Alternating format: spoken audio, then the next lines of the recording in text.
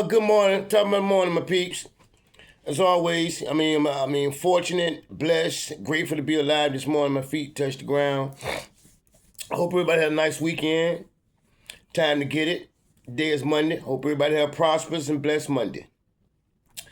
Yesterday, when I was doing my reading and everything, I came across an interesting fact. It was interesting to me. It says, medical facts reveal that masturbation for males and sex in general lowers the prostate cancer risk and is greater when the ejaculation frequency reduces prostate cancer risk. So that got me to thinking, because it's good and also it's bad based on how we look at it.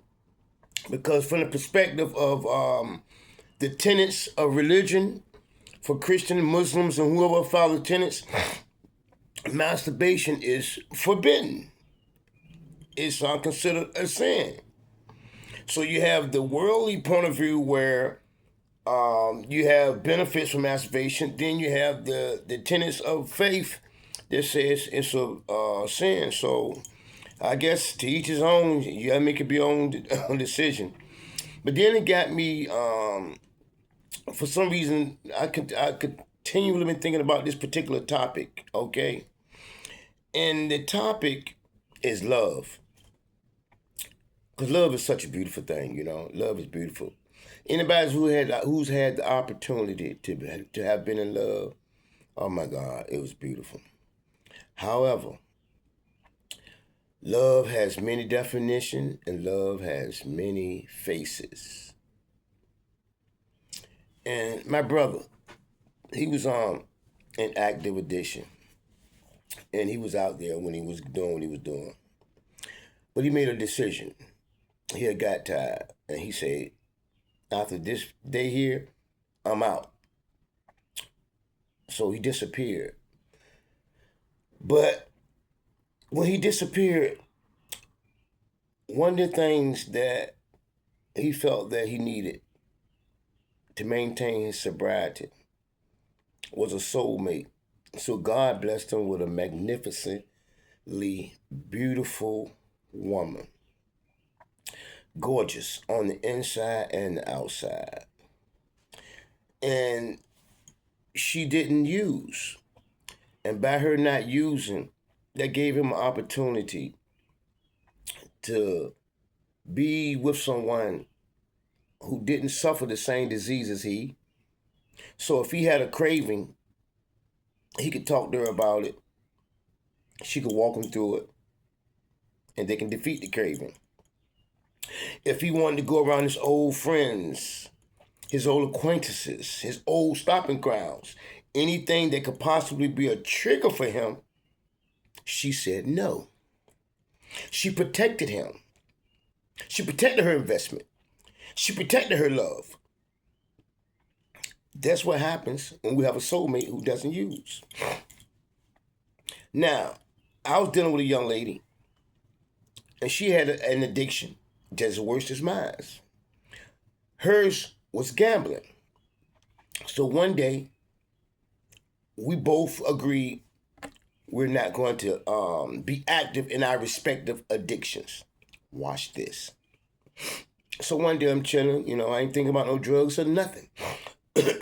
She says, Lee, that's what she called me. She said, Lee, you want to go to Norfolk? We were living in Newport News. All my drug connections were in Norfolk. I said, well, what's going on? She said, you want to go to Norfolk? Boy, I got some money for you. She wanted me to go to Norfolk and my stopping grounds for me to use. Because she know if I use, she could use. Me being the addict. I said, yeah. We went to Norfolk. She gave me money. I bought my drugs. On the way back, she stopped at the 7-Eleven and spent over $100 some in lottery tickets. She wanted me to use to appease her desire to use. So let's round back. There's nowhere on God's green earth, and please listen to me, and I don't mean no harm by saying this, that if you have a spouse that's in active addiction, and you are too, there's no such thing as duality recovery. Because if you got a craving and she's an addict or he's an addict, what are we going to do? We're going to invite that craving and we're going to use together. Regardless of how much love we have for one another. Because the disease don't love neither one of us. And I want somebody to show me where love got somebody clean. When love went to an NA meeting. When love was practicing the 12 steps. I don't know. Maybe you all do. So my point is, let's get that duality of recovery out of our systems. Because they say you have to do it for you. I have to do it for me. I can't do it for her.